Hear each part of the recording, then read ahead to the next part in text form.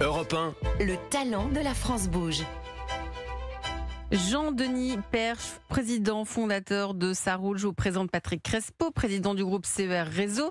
Je dis président fondateur de Ça Roule. Alors, l'écriture ne correspond absolument pas à la prononciation, puisque ça s'écrit CA plus loin R2OL. Moi, je trouve ça hyper compliqué, mais vous allez nous expliquer pourquoi. Ça existe depuis 3 ans, donc on va démarrer avec le pitch, si vous le voulez bien. Et ensuite, on fait connaissance. C'est à vous. Et donc Ça Roule, c'est le Shazam et le Doctolib du pneu. Shazam, ça veut dire que vous prenez en photo votre pneumatique et on va vous dire quelle est la référence et quel niveau d'usure. Et Doctolib, c'est on va vous guider vers les bons, spécialistes. À qui est-ce qu'on s'adresse ? On s'adresse avant tout aux concessionnaires et aux garages pour qu'ils rendent tout simplement un diagnostic qui soit le plus impartial possible. On sait qu'il y a toujours une certaine défiance du grand public vis-à-vis des professionnels. Donc là, on leur offre un outil qui leur permet véritablement d'être totalement impartiaux. On s'adresse aux flottes, toutes les flottes automobiles qui existent pour faciliter le travail du gestionnaire de flotte. Et on s'adresse évidemment au grand public par l'intermédiaire de clubs automobiles, par l'intermédiaire d'applications comme celle du télépéage par exemple, qui proposent ce service afin que l'utilisateur final puisse savoir si son véhicule est en sécurité ou pas. Super, on a tout compris. Merci pour votre pitch, Jean-Denis Perche, président fondateur de Ça Roule. Je me tourne, Patrick Crespo, quel regard portez-vous sur cette toutes ces initiatives vont dans le bon sens pour la sécurité routière et nous, on est en plein là-dedans, donc ça tombe bien. Ça tombe bien. Vous savez que chaque jour, on a un coach sur Europe 1. Ce soir, on est ravis de vous accueillir, Philippe Sauce, directeur général de La Tête dans les nuages. Vous y connaissez en voiture, en auto-école ? Alors, pas du tout. Mais vous avez des talents de seulement dans les jeux d'arcade. Quand il y a un volant, ça, il est à fond. Uniquement dans les jeux d'arcade, d'ailleurs. Merci Benjamin. Alors, d'ailleurs, quand Benjamin m'a contacté, je lui ai d'abord posé la question, mais qu'est-ce que c'est ? Donc, je me suis bien sûr penché sur le dossier et je vais. Je sais pas ça si vous a plu ? Ça vous a plu le pitch ? Alors, honnêtement, Philippe ? ça m'a plu et puis j'ai été ravi de découvrir ce type d'innovation. Ouais. Donc, je vais vous donner plus de détails là-dessus. Qu'est-ce qui vous a plu ? C'est quoi pour vous les points forts ? Moi, ce qui m'a vraiment Philippe intéressé, c'est une application utile pour moi. Bon, Ça Roule. Alors, le nom est un peu compliqué. Parce que c'est vrai, vous l'avez cité, c'est hyper compliqué. Ça roule et pourquoi deux Alors peut-être, Il manque une cédille. Mais pourquoi vous avez appelé ça comme ça ? Alors pourquoi on a appelé ça comme ça ? Au tout départ, on s'appelait Roule en fait. Et, R-O-O-L ? R-O-O-L, tout à fait. Mais le nom a déjà été déposé par un de nos premiers clients, qui est la société tout simplement Roule R2OLE. D'accord. Donc on sait, voilà. et donc c'est un de nos clients qui embarque d'ailleurs la solution et qui le propose aujourd'hui. Donc tous les jours, on diagnostique des pneumatiques pour les clients de la société Roule. Donc on a dû changer notre nom et on a essayé aussi d'imaginer un nom qui soit le plus international possible. Et dans car roule, le car et donc la voiture évidemment. Et donc ça te permet de faire les deux choses, c'est-à-dire qu'en France on s'appelle Ça Roule et à l'étranger on est avec le car qui est la voiture tout simplement. C'est Carroll, exactement. D'accord. Et vous êtes déjà à l'étranger ? Oui, tout à fait. On a des clients en Allemagne, on a des clients. On est fiers de dire qu'on a des clients sur 3 continents. On a des clients aujourd'hui sur le continent africain et on vient de signer un client en Arabie Saoudite. Donc pour qu'on comprenne bien, si et donc on a en fait, c'est quoi ? On prend le téléphone, on scanne, on prend en photo le pneu et qu'est-ce qui s'affiche ? Alors aujourd'hui, vous prenez en photo le flanc de votre pneumatique. Donc ça va nous permettre exactement de détecter tout ce qui est la référence du produit. Et plus ça va, plus les produits que vous avez sont complexes et techniques. C'est-à-dire que typiquement, par exemple, pour les véhicules électriques, aujourd'hui, on va embarquer de nouvelles technologies pour réduire le bruit, pour améliorer tout ce qui est autonomie. Aujourd'hui, un des premiers problèmes du véhicule électrique, c'est d'avoir la plus grande autonomie possible et donc d'utiliser le moins la batterie. Donc les manufacturiers de pneumatiques développent des pneus qui sont spécifiques pour les véhicules électriques. Ça veut dire que c'est pas les mêmes que sur les véhicules thermiques ? Tout à fait. Et donc, c'est pour ça que d'avoir la vraie référence, d'avoir vraiment la référence très précise, vous aidera lors du changement de pneumatique à commander les bons pneumatiques, je dirais, pour votre véhicule. Donc c'est pour ça que déjà cette information, qui il y a quelques années était assez peu importante, parce qu'on vous disait donnez-nous juste la dimension, etc., ce qui était assez simple, plus ça va, plus on va vers des produits technologiques, et plus l'intérêt d'avoir une référence spécifique va devenir véritablement crucial pour le consommateur. Première chose. Et honnêtement, un consommateur aujourd'hui, avant qu'il sache très exactement ce qu'il y a sur son véhicule, bon courage, parce qu'aujourd'hui, dans notre base de données, par exemple, on a 400 000 références de pneumatiques. 400 000. Voilà, donc c'est évidemment C'est un pneu, non? extrêmement... Pas vraiment. Hein. Ah bon? J'ai découvert le monde du pneu depuis le week-end dernier. C'est vrai que c'est pas si simple. C'est pas si simple. C'est technologique. Et donc, on vous fait une deuxième photo, qui est une photo de la bande de roulement de votre pneu, tout simplement. Et on va détecter aussi le niveau d'usure. Donc, vous faites le tour de votre véhicule. Ça prend environ 2 minutes. Et vous allez recevoir, quelques minutes plus tard, un diagnostic complet de vos pneumatiques. Et on va vous dire, entre autres, par exemple, aujourd'hui, il neige à Paris, si vos pneumatiques sont homologués pour la loi montagne, si vous avez les bons pneumatiques pour votre véhicule. Mais là, si par exemple, après l'émission, je vous envoie une photo du pneu de ma voiture, c'est bon, vous pouvez faire tout ça? Ou ça s'adresse aux particuliers? Alors, c'est pour ça que ce que je vous disais au départ, c'est qu'on s'adresse aux professionnels, donc tout ce qui est concessionnaire automobile, garage. Pourquoi?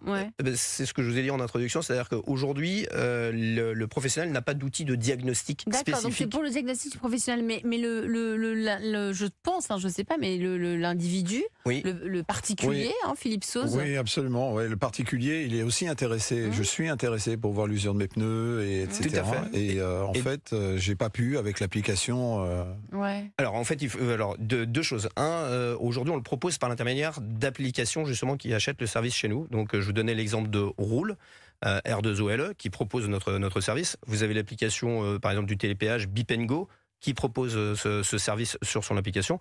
Et aujourd'hui, le but, il est de rentrer sur plus d'applications. On pense à des gens comme Waze, à Coyote, Total Wash, par exemple. Des gens qui ont des applications véritablement destinées aux conducteurs, et là où on sait que le conducteur va, utiliser l'application quand il est autour de son véhicule, eh bien, d'avoir à disponibilité ce service.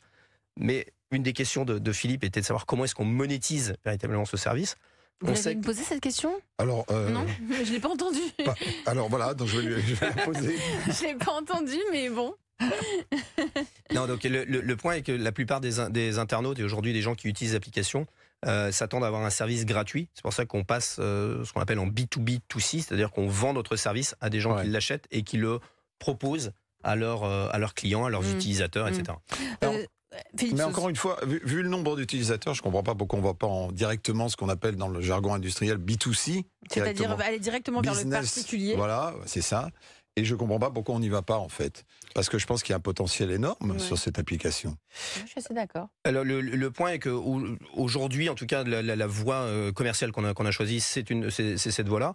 Ça ne nous empêche pas demain de passer dans une voie B2C. Après, c'est toujours la question de la façon dont on va monétiser ce service. Comment est-ce qu'on va en tirer, parti. D'où ma question, effectivement, à l'accueil d'Europe 1 tout à l'heure. Ah, bah voilà, je comprends mieux, parce que vous parlez entre vous, mais nous, on parle aux auditeurs. On avait un échange, effectivement, pour poser un petit peu l'application, pour bien comprendre l'application, parce que c'est vrai qu'au départ, c'était pas vraiment évident. C'est pas simple. Moi, ce que j'ai découvert à travers cette application, Elisabeth, plusieurs choses. D'abord, 2 hommes. Très intéressant, le tandem est vraiment très intéressant. C'est toujours bien de parler du parcours des hommes. Allez-y, racontez-nous. Jean-Denis, donc un grand parcours dans le pneu, puisque de nombreuses années dans une marque de distributeur de pneus, puis après chez des fabricants de pneus, des fabricants américains de pneus, donc parfait. Et puis Yvan Lelouch, donc l'associé, qui lui est un vrai ingénieur de formation. Tout à fait. Et ce qu'on découvre immédiatement quand on va rechercher un petit peu plus loin dans l'application, et je trouve ça génial, et je pense que l'application a un vrai potentiel, c'est effectivement le moteur qui gère l'application, et notamment l'intelligence artificielle. C'est une société qui s'appelle Hippon Technologies, une société très dynamique en France, qui a créé de l'innovation, et qui est vraiment très très forte dans ce domaine-là. Donc je pense que vous avez misé sur les... Alors vous, je savais que vous étiez quand même capable de faire ça, mais derrière, je trouve que vous avez misé sur le très très bon cheval. Donc il est bien entouré, il est bien accompagné. Bien entouré, et surtout ce que je trouve aussi intéressant, c'est qu'ils sont en train de se renforcer encore dans la partie technologique, ce que j'ai lu, alors je pense que ça va être confirmé, Jean-Denis. Oui, tout à fait, on continue à développer l'équipe. Aujourd'hui, on a plus de 12 développeurs. Et, vous avez 12 salariés au total. Tout à fait. Ouais. Et le but, il est de continuer à se développer sur la partie technique, mais aussi sur la partie commerciale, pour ce que vous disiez tout à l'heure, essaimer, je dirais, au niveau européen et ailleurs, notre solution. Et puis c'est une solution écologique. Ce qui ne gâche rien, puisque ça évite de changer trop tôt ses pneus. C'est vrai que très souvent, on s'est retrouvé face à un garagiste qui nous dit il faut tout changer. et puis nous, on veut se débarrasser du problème. On dit ok, on va tout changer. Mais pas du tout grâce à votre solution, Jean-Denis. Il y a aussi c'est une façon de conserver les pneus. Exactement. En fait, notre triptyque, je dirais, c'est sécurité. On en a parlé. Donc, avant tout, vérifier que nos pneumatiques sont les bons. Vérifier aussi qu'on a les bons pneumatiques selon la saison. Les pneumatiques hiver en hiver, les pneumatiques été en été, etc. Écologie pour plusieurs raisons. En effet, pour ne pas les changer trop tôt, donc éviter tout ce qui est gaspillage. On a un grand manufacturier français qui dit qu'il y a 128 millions de pneus chaque année qui sont jetés trop tôt. Donc il y a beaucoup de recyclage. Il y a plein de plus en plus qui fait des chaussures, par exemple. Les chaussures, les ceintures, les revêtements, on a plein de trucs. Des isolants. Exactement. Mais le but est en effet donc écologie et économie, puisque ne changer que quand il faut et les changer au bon moment. Et puis, je dirais l'expérience utilisateur, tout simplement la rendre plus facile, plus ludique. C'est pas quelque chose de très sexy généralement et pas très simple encore une fois. Donc là, on travaille avec le smartphone, avec la photo et toute je dirais l'acquisition d'informations est extrêmement simple. Alors au début, vous avez dit que c'était le Shazam et le Doctolib. Alors le Doctolib, je comprends pas pourquoi dès qu'on a scanné, on a tous les garages qui sont autour, c'est ça? Alors spécifiquement pour les flottes, en fait, pour toutes les flottes professionnelles, et aujourd'hui il y a quand même plus de 5 millions de véhicules en France qui sont dans des flottes professionnelles, elles vont avoir des accords avec des réseaux de garages, des réseaux de spécialistes, etc. Et là, le but, il est pour ces flottes de leur indiquer directement quel est le garage le plus proche avec lesquels ils ont un contrat et de pouvoir prendre rendez-vous avec eux. Vous, Jean-Denis Perche, vous êtes le pro du pneu. Là, en ce moment, il fait très très froid. Vous avez des petits conseils. Je sors un peu de votre start-up, mais tout de même des petits conseils pour les automobilistes qui nous écoutent là en ce moment, qui galèrent peut-être sur la route pour rentrer chez eux. Est-ce qu'il y a des petits conseils sur les pneus et la façon de conduire quand il neige ou qu'il y a du verglas? Voilà, déjà la première chose évidemment c'est d'être équipé correctement. Ça on n'en sait rien. Quand on se retrouve sur la 13 ce matin et tout est débloqué, ça on ne sait pas. On va pas sortir et vérifier si le pneu est adapté ou pas. Vous allez sur le site www.ca-roule.com et vous pouvez faire le test. Vous allez récupérer un lien. Et donc puis ça c'est possible pour le particulier. Tout à fait. Donc ça c'est bon. Oui. Quels sont les petits conseils? Alors il faut pas rouler très vite, ça évidemment, pas freiner brutalement. Gardez évidemment, donc adaptez votre distance, adaptez votre vitesse, c'est la première chose, adaptez votre distance évidemment, avoir la meilleure distance de sécurité. En termes de pression de gonflage, juste un petit point, en hiver on conseille de gonfler de mettre plus 0,2 bar dans vos pneus par rapport à l'été, tout simplement, puisque c'est meilleur pour les pneumatiques. D'accord. C'est une solution écologique. Les prix, au niveau des prix, vous facturez combien En l'occurrence, on travaille avec les professionnels, donc c'est une discussion qu'on a avec les professionnels. Non, mais qu'on comprenne. Alors, il est très secret, Elisabeth, sur tous les chiffres, il est très secret. Quand on est dans la il France est très secret, justement. Donc j'ai cherché aussi à avoir des informations, mais bon, je n'ai pas eu d'informations de ce même. Non, en l'occurrence, c'est un prix qu'on discute en fonction du volume aussi que l'on a d'activité avec les professionnels. Donc, plus on a de volume, plus on va avoir des prix intéressants. Plus il y aura des prix intéressants. Patrick Crespo, vous écoutez, je vous vois écouter attentivement. Vous êtes le président du groupe CER Réseau. C'est un réseau d'auto-école, puisqu'on parle d'auto-école ce soir sur Europe 1. Je vous vois sourire, ça vous inspire? J'ai hâte.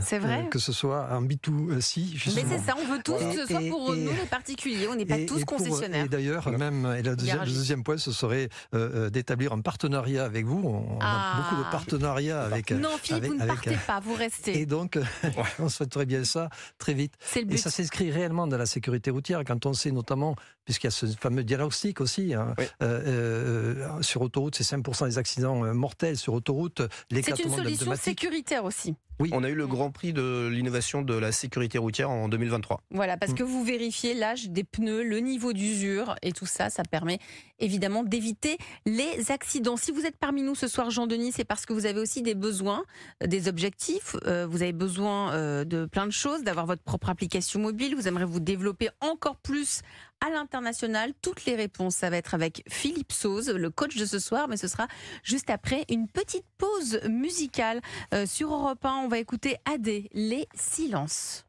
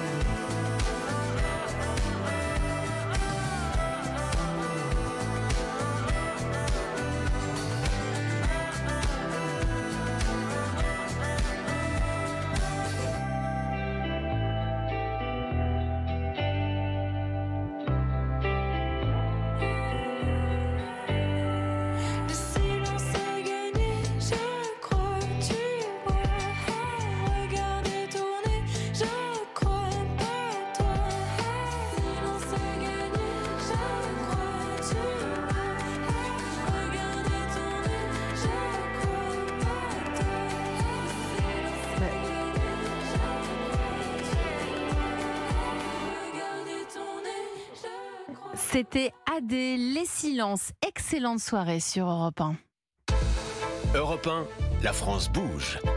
Elisabeth Assayag. Elle bouge cette France, elle parle, toujours, c'est toujours comme ça. Et elle roule ce soir, merci Benjamin Lévesque.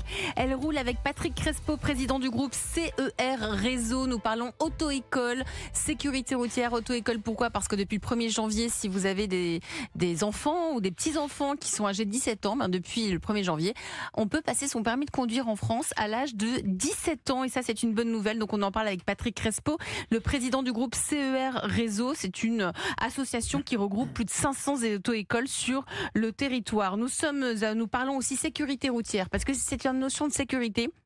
Avec vous, Jean-Denis Perche, président fondateur de Ça Roule, CA plus loin R2OL. Pour l'instant, c'est uniquement pour les professionnels, mais avec le coach de ce soir, Philippe Sauze, le patron de la tête dans les nuages, on est en train de lui faire comprendre que il faut que ça arrive pour les particuliers, c'est important. D'autant plus que cette notion de sécurité, vous avez des chiffres édifiants, je crois, Philippe. Alors oui, j'ai quand même travaillé mon dossier. Mais comme vous avez hyper bien bossé. Je vous félicite. C'est sa première. J'espère que ce sera pareil pour la prochaine. Je voulais vous dire, j'ai découvert effectivement, Elisabeth et Benjamin et nos invités, 150 000 accidents de voiture en Europe sont dus aux pneus sous-gonflés et détériorés. Donc ça, c'est quand même catastrophique. Et comme nos invités le savent, 1 million de contre-visites au contrôle technique sont dues à des pneumatiques non conformes. J'ai trouvé ça édifiant. Ouais. Et effectivement, j'ai jugé que l'application avait une utilité. Elle a une utilité au moins pour la sécurité. Là où j'ai été désolé, c'est bien évidemment, c'est quand j'ai eu connaissance de la société à coacher, j'ai essayé d'aller sur votre site internet et je me suis retrouvé dans les vêtements féminins. Mais voilà, une marque que je ne citerai pas. Ça roule dans les vêtements féminins, faut qu'on m'explique. Parce que Carole, et en fait le moteur de recherche vous prend Carole et non donc pas vous n'êtes Ça pas roule. Encore assez bien référencé. Et en fait donc ça fait partie des points qu'on va évoquer, puisque moi je pense qu'il faut agir un peu sur le référencement. Ça fait partie maintenant de toute politique d'entreprise où dès qu'on tape le nom, il faut ressortir. J'ai travaillé dans des entreprises, on se battait pour être numéro 1 sur les moteurs de recherche et je pense que ça, c'est vraiment un point très important. Le deuxième sujet, rapidement, c'est pour dire que c'est pas très sexy, votre application. Elle n'est pas très sexy, elle n'est pas très fonctionnelle aujourd'hui. Quand on va sur Citymapper, quand on va dans Waze, vous parliez de Waze tout à l'heure, je trouve que c'est beaucoup plus attrayant, plus intuitif. Bien sûr, bien sûr. Mais après, j'ai jugé utile de vous dire que vraiment le moteur le moteur technologique qui est derrière, c'est-à-dire l'intelligence artificielle, et qui est fondamental aujourd'hui pour une application, est extraordinaire. Donc je pense qu'il est qu'au début du développement. J'ai vu qu'en 4 mois, vous aviez fait donc j'ai bien travaillé mon dossier, puisqu'en 4 mois, vous avez travaillé votre application. Et c'est vrai que j'ai été impressionné par les performances. Encore faut-il pouvoir y accéder. Voilà, c'est ça le problème principal à cet instant. Donc le B2C, comme vous dites, donc c'est-à-dire aller directement vers le consommateur. Moi, je serais ravi de pouvoir tester, ou Elisabeth, ou Benjamin. Enfin, Benjamin, il peut-être son vélo. Sur le côté passager. Peut-être Benjamin son vélo, peut-être s'il prend le vélo. Parce que j'ai pas posé la question. Ce que je n'ai pas vu, c'est les camions. Les motos. Les motos. Ouais. Les avions, allez, on continue. Alors on va tester l'Airbus dans lequel je vais monter. Non, parce que j'essaie d'être homologué. Benjamin, je m'arrêterai juste à ces deux-là. Le train d'atterrissage fonctionne. Non, aujourd'hui, on a développé la solution avant tout sur la partie voiture, camionnette, 4x4, etc. Parce que c'est le plus gros marché. Donc on démarre par le plus gros marché en France. C'est le plus gros parc et c'est là où les gens s'y connaissent le moins. Donc c'est là où le besoin est le plus important. Ensuite, vous avez parlé des camions. Sur la partie camion, le produit est encore plus technique, je dirais, que sur la partie automobile. Sans rentrer dans tous les détails, vous devez avoir des experts véritablement qui vont travailler le produit.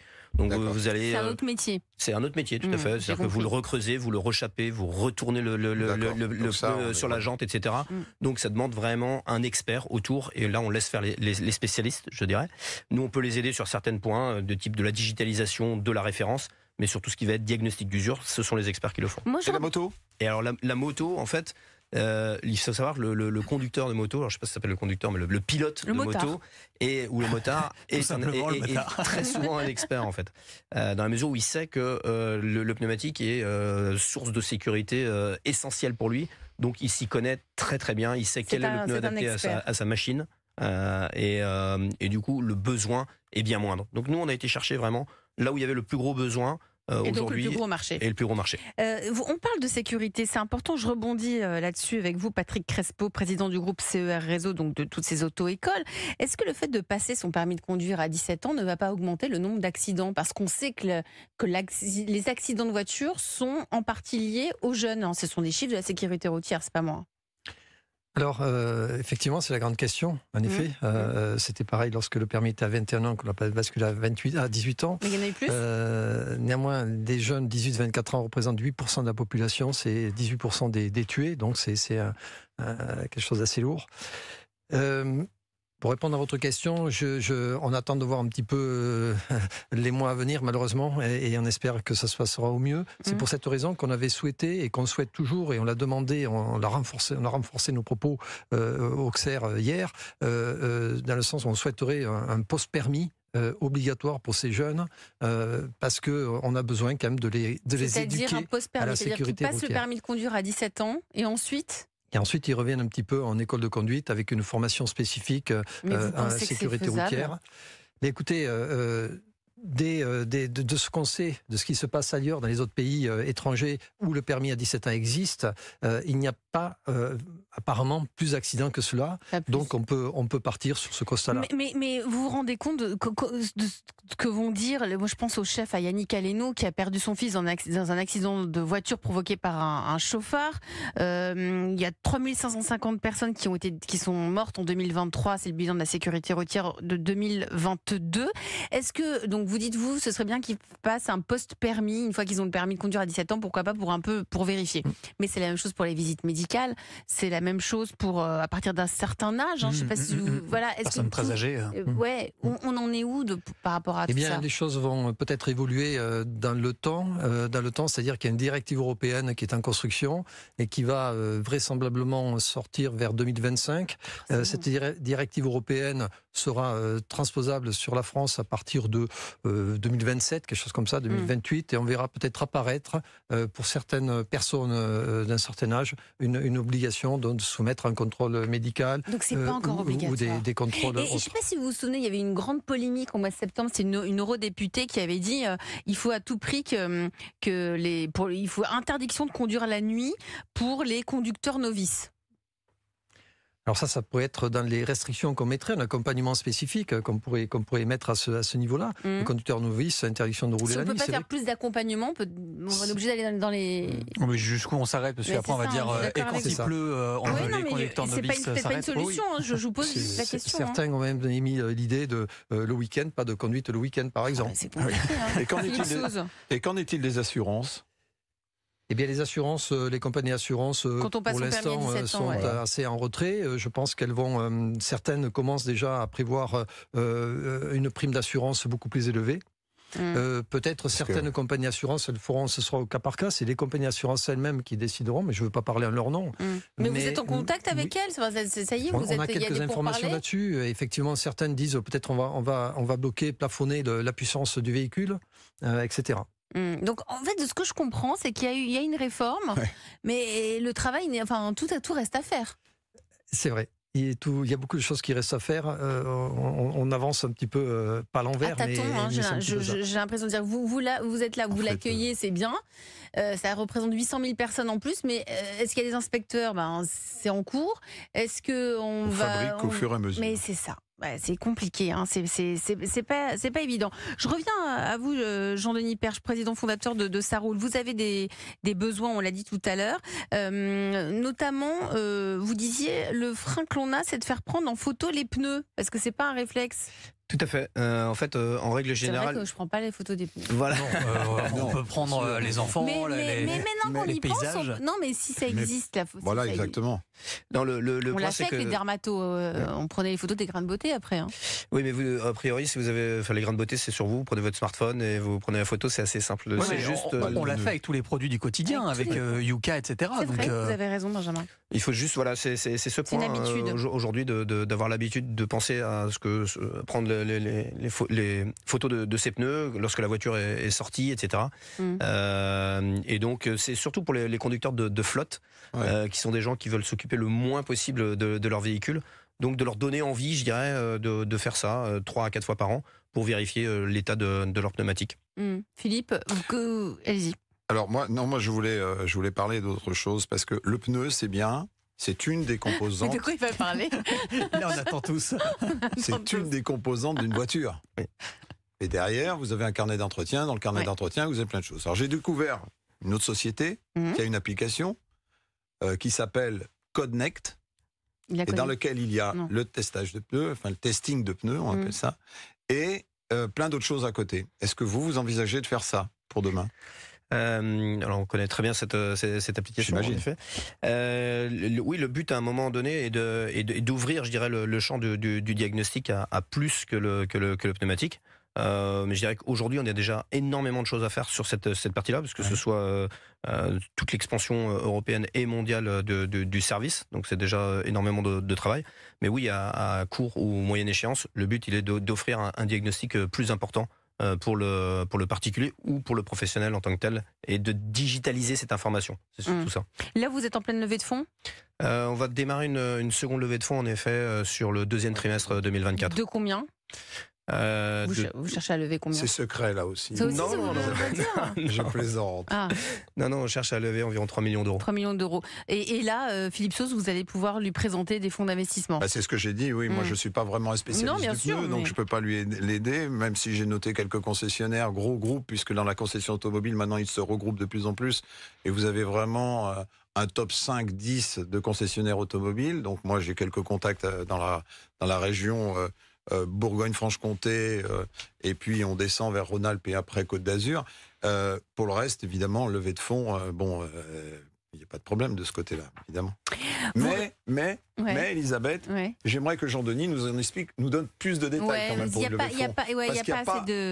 Il n'y a pas beaucoup d'éléments. Je comprends le but de l'application. Bien sûr. Mais je pense qu'il est nécessaire vraiment qu'il livre un peu plus d'informations pour le fonds qui pourrait être intéressé. Voilà. Oui, on peut vous donner évidemment déjà des noms de clients avec lesquels on travaille. Donc sur la partie des concessionnaires, aujourd'hui on travaille des concessionnaires comme les groupes Rousseau, les groupes Collin, les groupes Morin par exemple, etc., qui sont des gros groupes français, donc des gens qui font plusieurs centaines de millions d'euros de chiffre d'affaires, avec un grand nombre de concessions. Sur la partie des flottes, on travaille avec Euromaster par exemple, on travaille avec Wiz, qui sont des gens qui travaillent aussi beaucoup de sociétés qui vont livrer des Veolia, des Orange et autres, donc à qui ils peuvent proposer ce service. Et sur la partie grand public, on est donc, comme je vous l'ai dit, avec des gens comme Roule, des gens comme Bip & Go du télépéage, et on a commencé à vendre donc notre service typiquement en Allemagne avec le groupe BMW, ou en Arabie Saoudite, en Tunisie, etc. On continue avec d'autres groupes en Europe. J'espère que vous viendrez nous donner des nouvelles, Jean-Denis Perche. Vous êtes le président fondateur de Saroul. J'espère que vous avez pris des notes d'après les précieux conseils de Philippe Sauce. Philippe, vous avez bien travaillé. Merci à vous. Vous restez autour de la table de la France Bouge, parce que vous savez que la France Bouge sur Europe 1, c'est raconter aussi des parcours de vie, des histoires et des récits.